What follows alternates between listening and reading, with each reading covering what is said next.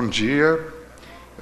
Eu gostaria de agradecer o honroso convite do Conselho Nacional de Justiça e, em particular, a hospedagem e o acolhimento do Tribunal de Justiça do Espírito Santo, que particularmente me impressionou bastante. Agradecer a doutora Marilúcia, então, sobre esse aspecto.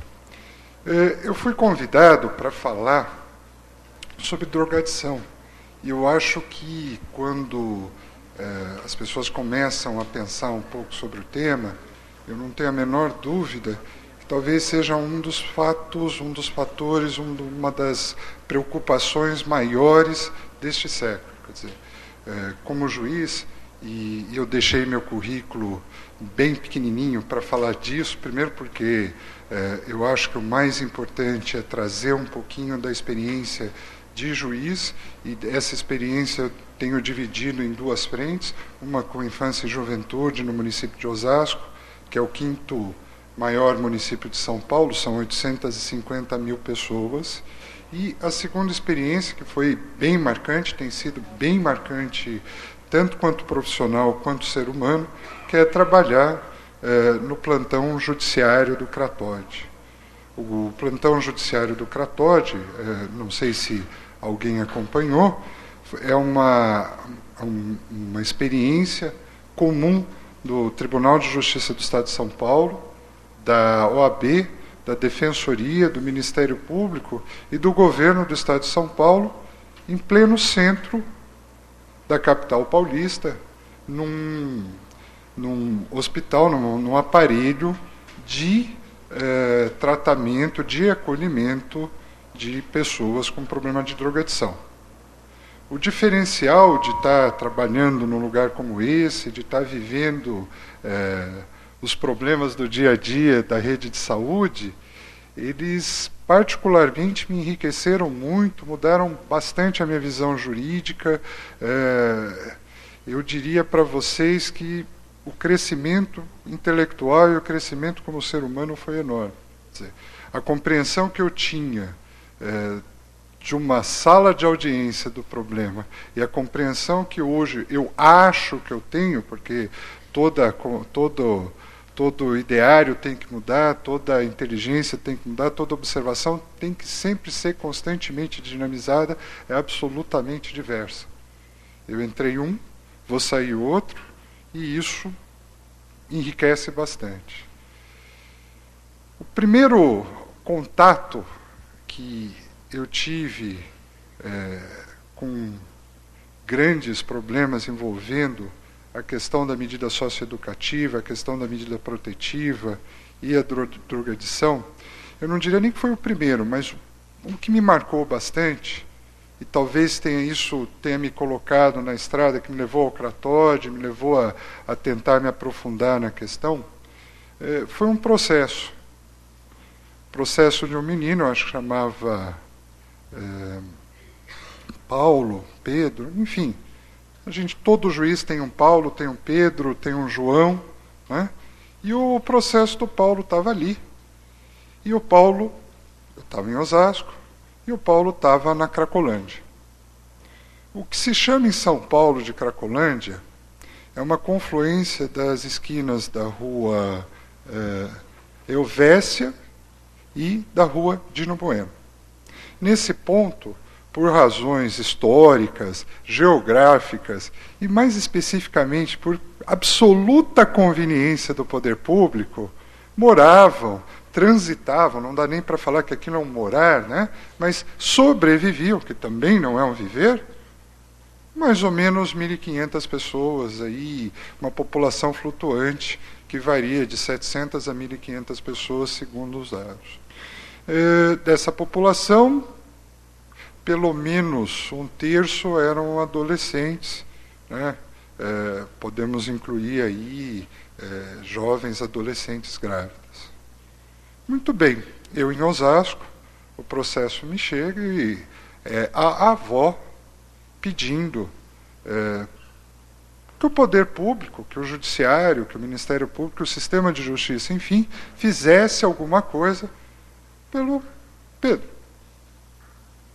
Pois bem, Para quem conhece o sistema, o processo, a avó pediu, o setor mandou para o Ministério Público, a gente já estava fazendo o acompanhamento das medidas protetivas, tinha inserido ele em várias medidas em Osasco, enfim, foi para o promotor, e na época era promotora, foi para a promotora, e a promotora pediu, né, já que o Pedro não estava em Osasco, que eu procedesse à busca e apreensão do Pedro na Cracolândia e colocasse ele num abrigo.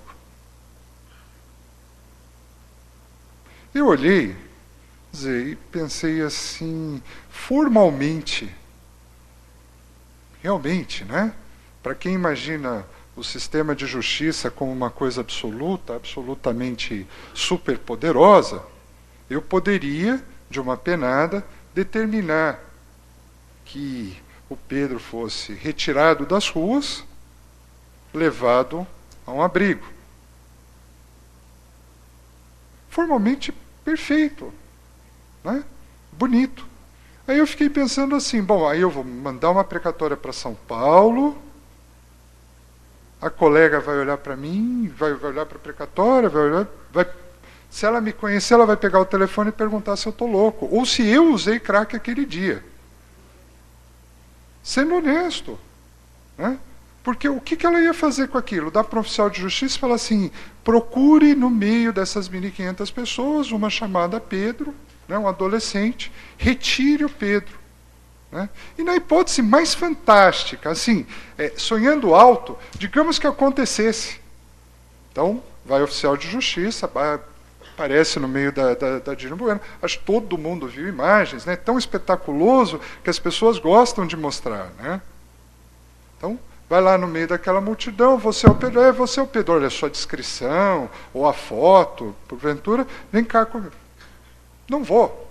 Não, você vem. Muito bem. Ele pega o Pedro, com a ajuda do Conselho Tutelar, coisa que eu duvido, mas sem ajuda, enfim, leva o Pedro para Osasco. Bota o Pedro no abrigo e 30 segundos depois o Pedro pula o muro do abrigo e volta para onde estava. Eu fiquei pensando que resposta o judiciário pode dar à questão. E no fim, resposta, né? É uma resposta formal. Bom, e aquilo me consumiu, eu não encontrei uma resposta, confesso que não encontrei. Né? Eu coloquei que a providência, embora formalmente recomendável, embora prevista em lei, era inexequível de fato. Eu capitulei na minha resposta. Eu disse que eu não conseguia ver, de fato, efetividade naquela providência. A própria promotora veio falar comigo e falou, você sabe que eu tinha que pedir alguma coisa. E eu não sei, e aí convido a todos, eu não sou um formalista, quem tiver que interromper, interrompa, quem tiver que... Mas eu não sabia dar uma outra resposta. E se alguém soubesse, estava louco para saber. Até perguntei para algum colega, todo mundo, né, aquele olhar de perplexidade, aquele olhar de... né? E quantos processos depois eu também não tive que olhar e falar assim, não, peraí, né, aonde eu estou? Aonde eu estou? Esse foi um dos primeiros passos. Nós em São Paulo, graças aos esforços heróicos do Dr. Reinaldo Sintra aqui presente e outros, nós temos uma boa coordenadoria de infância. Né? Na época era o Dr. Malheiros, que é um grande nome da área de infância, um gigante na área de direitos humanos. E um dia sentei e comecei a conversar com ele. Na época havia uma preocupação, porque se falava em abordagem de rua, etc., e nós começamos a procurar o sistema. Né? Mas não o sistema de justiça, porque o sistema de justiça em si era insignificante, era insuficiente para dar as respostas que a gente procurava. Né? Fomos procurar a doutora Rosângela, fomos procurar o pessoal do CAPS de rua e apresentamos uma série de propostas de intervenção, uma série de propostas para que a gente pudesse alcançar os Pedros que estavam na Cracolândia. O momento político não era adequado, alguns fatos atropelaram isso, né? E as nossas ideias ficaram um pouco sepultadas. Algum tempo depois, o momento político voltou, houve uma confluência, porque houve uma intervenção um pouco mais atabalhoada na região, e resolveram reparar o dano. Quer dizer, eu não acho, não existe problema em errar, mas a gente tem que reconhecer que buscaram, então, algum tipo de solução bastante diferente. E aí, a Secretaria de Justiça procurou o tribunal e pediu auxílio na questão. Em algum momento, também o Poder Executivo se deu conta que o problema da drogadição é grande demais, até para o Estado. E eu não falo, até para o Poder Público. Foi procurar o Tribunal de Justiça. Na época era o presidente, era o Dr. Ivan Sartori. O Dr. Ivan Sartori me chamou o Dr. Yassin. Falou, olha, é um pedido pessoal do governador para que a gente faça alguma coisa. E reparem, quando eu digo faça alguma coisa, quer dizer que não havia nenhum desenho, nenhum propósito, para além de se tentar criar algum mecanismo efetivo em que o sistema de justiça e os outros sistemas, o sistema de saúde, assistência social, se integrassem e resolvessem problemas como problemas do Pedro. E numa segunda-feira, isso foi numa quinta-feira, então eu tive que largar tudo, larguei absolutamente tudo. Segunda-feira eu entrei no Cratode, né? Um prédio antigo, acinzentado, histórico para a saúde pública e para a cidade de São Paulo. Lá se faziam os envios, as remessas de doentes para os manicômios. Enfim, entrei lá, tinha um defensor, porque a defensoria pediu para que se verificassem as condições, a OAB com uma participação importantíssima, quer dizer, um órgão da sociedade civil que foi fundamental e estava lá presente. Hoje, os advogados, eu faço sempre essa menção, trabalham de graça, né, pro bono, para uma população absolutamente desprovida. Né. Estava a OAB, o Ministério Público, e eu diria que uns 150 manifestantes querendo a minha cabeça, doutor Yassin, dizendo que eu queria tirar a população de rua, que eu ia enviar a população de rua para manicômios, que eu ia... 150 manifestantes. Primeiro dia não teve trabalho, não dava nem para sentar para conversar, era só grito, só berro. Né? A gente foi acalmando, foi explicando, né? Calmamos os primeiros... Olha, não tem nenhum problema, organizações de direitos humanos, doutor Malheiros lá, falando, olha, eu estou aqui, como é que vocês me conhecem, né? Empenhando a palavra dele, que a gente não estava lá para fazer uma higienização de ruas, a gente não estava lá para recolher pessoas sem direitos. Bom, acabou o FOA, sentamos, né? E agora? Não tem desenho. Não, então, como a gente... Eu fiz uma observação, eu disse, olha, eu acho que nós não vamos ter nenhum problema com população de rua, porque o problema não é a população de rua, o problema são as famílias dos Pedros, as famílias das Marias, que não têm nenhuma estrutura para cuidar deles. Então a gente não vai atender população de rua, a não ser daqui a muito tempo, com muita evolução da abordagem, né, com muito carinho das instituições. Por enquanto a gente vai atender família. E dito e feito, nós tínhamos mais ou menos 50 famílias no dia seguinte pedindo para encontrar o seu Pedro, a sua Maria. E eu não sei, e aí eu sempre convido, e convido mesmo, é um convite de peito aberto, vocês a dialogarem comigo, mas eu vou contar para vocês como funciona em São Paulo. Né? Eu tenho alguém na minha casa que precisa de tratamento. Tem surto. Né? A Lei 10.216, que é a base fundamental, né? É o marco de onde toda a questão de saúde mental tem de ser observada, diz assim, olha, 3 tipos de internação: voluntária e involuntária, quando tem um responsável, e, por fim, a judicial, a compulsória, né, que tanto medo gera. A compulsória tem uma finalidade simples. Se a pessoa não tem representação e não está na sua capacidade, alguém precisa fazer o papel de cuidador, de tutor, e dizer: olha, eu concordo ou não concordo. Quando não tem ninguém, o Estado tem que assumir. Sociedade solidária é isso. O Estado assume alguns papéis para cuidar dos que estão tão desprovidos que nem família tem. Então a compulsória não tem grandes mistérios, a compulsória não é um instrumento, um rolo compressor, e não é para ser usada assim. Tem uma lei regulamentando. Muito bem, né? Então, dito isso, vinha o familiar, falava: olha, eu tenho um problema, eu tenho um adolescente, eu tenho um pai, no caso o Cratóide não cuida só de adolescentes, mas eu tenho um familiar, né? Mãe, neto, avô, com problema de drogadição, e esse problema ele é grave e ele é urgente. Hoje, meu familiar está se batendo, ou ele está na cama, né? Ou ele está deprimido. Eu procuro o CAPS, e qual é a resposta do CAPS? Muito bem, traz ele aqui. Ele está doente? Traz ele aqui. É meio óbvio. Se eu conseguisse trazer, por que eu estava aqui? Eu já tinha trazido. Então, qual era a resposta padrão do CAPS? Por favor, chamem o SAMU e façam o SAMU trazer ele aqui. Qual era a resposta padrão do SAMU? A gente não cuida disso.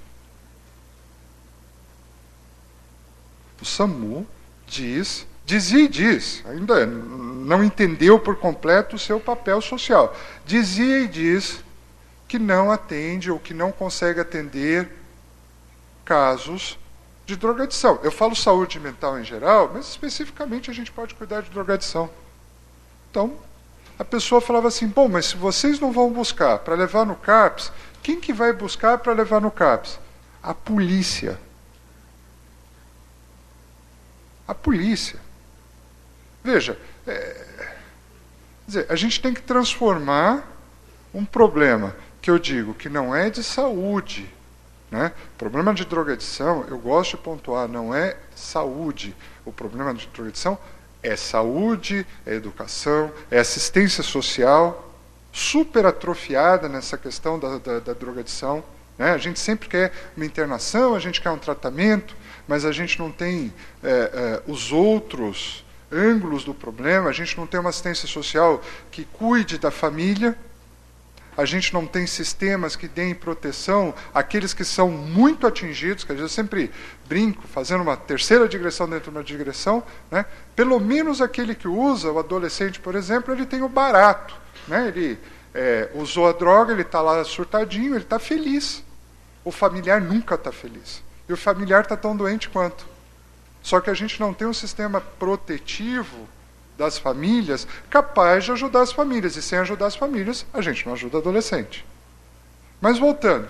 Então, né, o SAMU vira e fala: olha, a gente não cuida de drogas. Chama a polícia. Aí a mãe diz assim: mas veja, eu não quero que a polícia vá buscar meu filho. Não é toda mãe que está nesse ponto de desespero. E não existe nenhuma razão constitucional ou legal para transformar um problema super complexo em caso de polícia. A única razão é uma razão de fato, é a insuficiência absoluta do poder público em providenciar aquilo que ele tem que providenciar. Nesse caso, é uma simples remoção. Às vezes, até tudo bem, tem que ter uma contenção, mas é uma remoção. Quer dizer, quando o Estado, quando o poder público não consegue fazer uma remoção, não dá para falar que o crack é possível vencer. Desculpe. Né? É possível vencer, claro que é. Né? Mas antes de vencer, você precisa saber quais batalhas você vai travar. Se você não vai buscar o adolescente em casa, não tem como cuidar dele. Muito bem. Chegava, né, a esse ponto, a polícia, evidentemente, dizia que não era assunto dela, ou então, né, a mãe, desesperada, falava que isso é clássico, né? O adolescente, está quebrando tudo e ela vai me matar. Aí os policiais vão. Porque aí sim, né, criamos um caso de polícia, resolvemos um problema complexo com a polícia, vai lá a patrulha, né? Olha, o que está acontecendo? Se o adolescente vem em agitação, eles pegam e levam para o OBS. A unidade básica de saúde vai dar um calmante, um sossega-leão, etc. E vai fazer o quê? Vai devolver para a mãe. Então, estatisticamente, o problema da droga ele fica muito reduzido. Não tem atendimento CAPS. É resolvido na UBS. Não tem acompanhamento. Sabe aquela coisa de nós fingimos que tratamos e eles fingem que são cuidados? É isso. É isso. E aí o que acontece? Acontece que o adolescente, às vezes, não consegue permanecer no seu território. Está devendo droga. Está devendo droga para o traficante. Já cometeu pequenos delitos. Ele foge, ele sai da área e vai para o centro, se acumula no centro, razões históricas, institucionais. Muito bem, esse era o quadro que nós encontramos quando chegamos ao Cratóide. E essa era a pedra de toque, e ainda é a pedra de toque do que nós fazemos lá. Por quê? Não é que não existam boas leis. Não é que não existam boas instituições. O problema é que elas ficam no papel. O encontro recente de juízes em São Paulo, juízes da infância, quando eu disse que o CAPS tinha que fazer visita domiciliar, a casa caiu. Todo mundo olhava para mim e falava assim, mas isso é lei? Eu falava, a portaria que regulamenta, que criou as características do CAPS, diz isso. 3066? 366. Trouxe ela por causa disso, né? 366, está lá. O CAPS tem que ir à casa das pessoas. Veja, se o CAPS tem que ir à casa das pessoas e ele não vai, tem alguma coisa errada. Se o SAMU tem que buscar e atender emergências, e aí eu conto para vocês que num encontro com o secretário de saúde, eu não vou dizer qual, essa eu tenho a sorte, senão ela me pega, eu ouvi que se ele tivesse de atender as emergências relacionadas à drogadição, ele não ia ter como atender as demais emergências. Eu ponderei com ele, falei, secretário, olha, eu não sei, meu pai era médico, mas eu lembro de uma coisa, se alguém ligar para o SAMU e falar que está sentindo dor no peito, a atendente não vai discutir com ele e perguntar se são gases, se ele fez muito exercício com a mão esquerda. Ela vai mandar ambulância. Se alguém ligar e falar, meu filho está em surto, me parece que ele pode morrer de overdose, me parece que ele pode morrer num ataque de fissura, pode engolir a língua. Bom, enfim, o senhor não acha que é tanta urgência quanto o outro? Não, talvez, enfim, aquela coisa plástica que a gente ouve. Mas, enfim, estava descrevendo o quadro, sentamos, né, a gente tinha que trabalhar, e nós decidimos o seguinte. Nós trabalharíamos não com o conceito de internação compulsória, do poder do juiz, não com esse conceito. Nós trabalharíamos as omissões do poder público nos casos. Quando o poder público tivesse um dever e não realizasse esse dever, nós obrigaríamos. Funciona quase como uma vara de fazenda e vara de infância ao mesmo tempo. Às vezes, quando alguém me pergunta quantas internações compulsórias o senhor fez, quantas internações, nem compulsórias, eu falo, eu não fiz nenhuma. Todas as internações foram feitas pelo médico. Porque a Lei 10.216 dá essa faculdade. Cabe ao médico decidir tecnicamente qual é o tratamento. Né? E eu já fugi da carreira do meu pai, então não vou repetir a dose. Né? Eu devia ter feito isso há 20 anos atrás, agora é tarde. Eu não sou médico, não sou eu que interno. O que acontece? O médico faz o diagnóstico e ele mesmo providencia. Está na lei. Para que eu vou me substituir e eu vou fingir que eu sou a maior autoridade no assunto? Não sou. Eu estou ali para garantir direitos. Só que, aí vocês podem se perguntar, e quando o médico faz o diagnóstico? Aí sim, omissão do Estado. O Estado não está indo às casas, o Estado não está buscando, a gente obriga o médico a ir até lá. Né, Rô? Olha o olhar dela de terror, isso porque, como ela é coordenadora da saúde mental do Estado, é na orelha dela que eu falo, né? Olha, tem um caso aqui, tem um caso ali, e ela que tem que providenciar as equipes para irem. Só que a lógica é uma lógica de respeito aos direitos e garantias. Veja, cabe ao médico o diagnóstico. Já recebi a plaquinha fatal, já vou tentar encerrar o mais rápido possível, espero que a gente retome mais no diálogo. Cabe ao médico o diagnóstico. A função do sistema de justiça na questão do combate à drogadição, pelo menos no meu entender, é fechar as lacunas na inanição do Estado. O Estado tem que cumprir seus deveres. Não é substituir o Estado na imposição do dever. Nós temos um papel, e isso eu digo aos colegas, né, de forçar a criação de rede. E eu digo com muita tranquilidade, eu acho que nós poderíamos nos inspirar até no tráfico de drogas, porque o tráfico de drogas fez uma rede fantástica. Olha a capilaridade, a eficiência, aonde você vai tem adaptação. Quer dizer, adaptação. Olha como o modelo né, se perpetua, se aumenta, se alastra. Por quê? Porque se buscam novas soluções, né, porque realmente se acredita naquilo, as pessoas vão. Né, eu acho que a gente tem que copiar. A gente tem que fazer com que o Estado entenda qual é o seu dever principal: saúde e educação. Preservar a infância é preservar o futuro. Ou nós, como aplicadores da lei, dentro das premissas constitucionais que nos foram dadas, nós trazermos o poder público a essa realidade, dentro sempre de uma perspectiva que nós não somos super-homens, nós não vamos curar. Né? Eu nunca disse para nenhuma mãe, e olha, o que eu ouvi de choro, o que eu ouvi de casos tristes, eu vi pais trazendo filhos, né, foto de filho acorrentado, e eu nunca tive coragem de falar para alguém que ali alguém ia sair curado.